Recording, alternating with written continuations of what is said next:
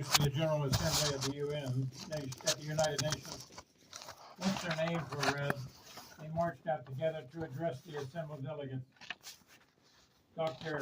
Armbruster, a renowned scholar and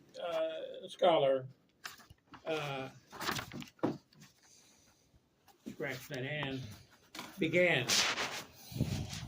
You are probably aware by now that there is a supermassive black hole heading toward our solar system.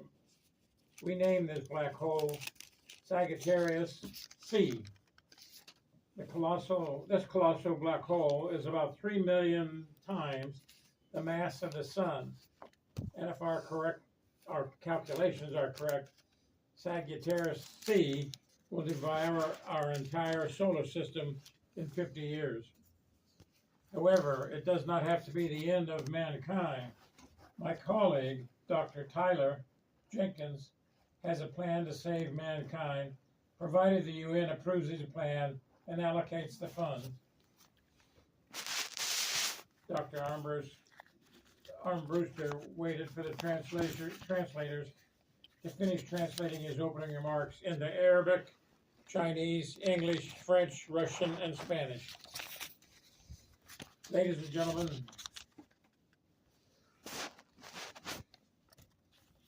I would now like to introduce Dr. Tyler Jenkins, a recognized leader and scholar in the astrophysics community.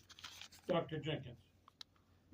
Tyler stepped to the podium. He raised the mic a few inches. He was much taller than Dr. Armbruster. You've all read my proposal for a great migration. All that is needed now is the approval of the UN, and we can start to recruit the necessary builders and architects. The Secretary General of the UN stood up and waited for everybody to be silent. Thank you, Dr. Jenkins and Dr. Armbruster. I don't see any alternative but to approve your plan and to fund it. We will now vote. Tyler's plan was approved and funded for the entire amount. I have to figure out what the entire amount is. It's a lot. $1 trillion, maybe? Billions of dollars. A few months ago, several months ago, I heard on the science program on the radio, there is a black hole recently found. It's the biggest one they've ever seen, and it's closest to the Earth. And Well, this may be They foretelling. nicknamed it Elon Musk. I think I that's saw not the that one. one. That was a different one. Well, it's possible they both saw it. Yeah, there you go. Yeah. And speaking what you said when I wrote my story, I wrote about the story I'm writing now. Last week I wrote about the two crooked police women. And so what happened is my computer hacked in their files and got them trapped in a prison by making them out to be prisoners. And so they got 1 million. The police women both got 1 billion years of incarceration and then 1 million years of probation and parole. I've never heard of such a thing. I think I saw that note, but they found a black hole. And apparently, I think if it's the same note, it's in the middle of the Milky Way, which is our galaxy. So, what happened? Hurry up and build that ship. Well, I'm figuring it's gonna take 50 years to build it. No, that's not right. 25 years to build it, and then they'll take off. So, I mean, they don't wanna wait till the black hole shows up, so they're gonna just wait 25 years and then they'll take off. But in the meantime, there's a lot of things are gonna happen. There's gonna be a war between the extreme religious extremists who don't want mankind to leave. They want to just leave everything up to God, and the people that want to leave. So they'll go to war, and of course the extremists will lose.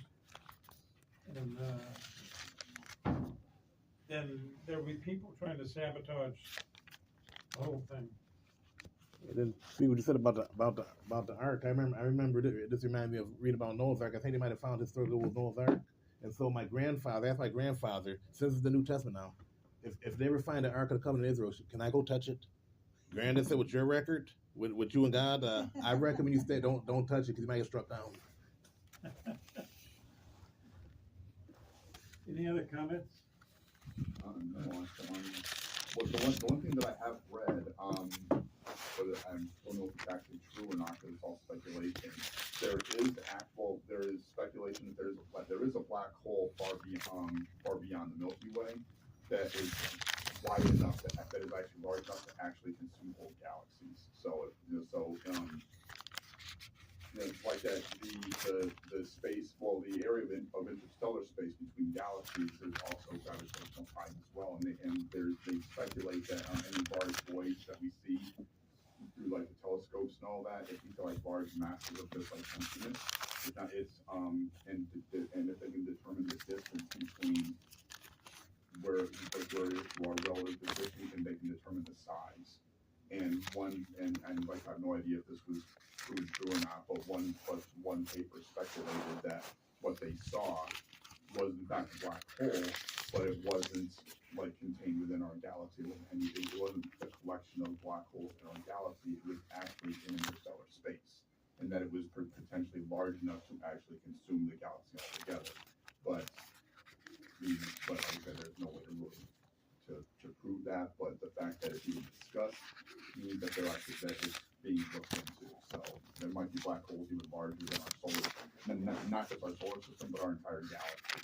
Is by how much they haven't determined. They said that it's pretty far away, and if we can see that distance, it's huge. So They actually found snow, a place where it was snow in outer space, and I forgot what they call them, but they actually got stars that only heat up like 70 degrees. They stay 70 degrees constantly. So they said they might be able to go to those stars one day, but they don't know if they'll be able to get out of the gravity field though. Yeah, the whole field is fascinating. yeah, there's a lot of X factors involved. So a lot of exotic particles and all that they have to account for. But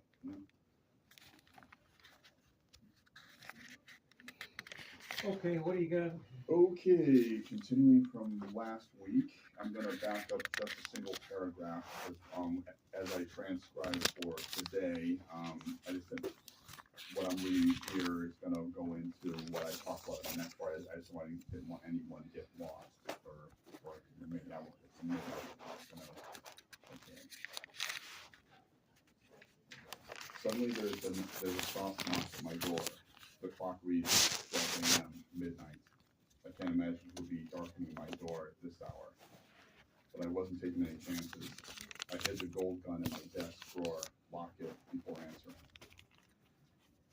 I opened the door on the other side was a woman, blonde, dressed in black with a maroon-colored belt, donning black high-heeled stilettos on a pair of legs that seemed to go on for days.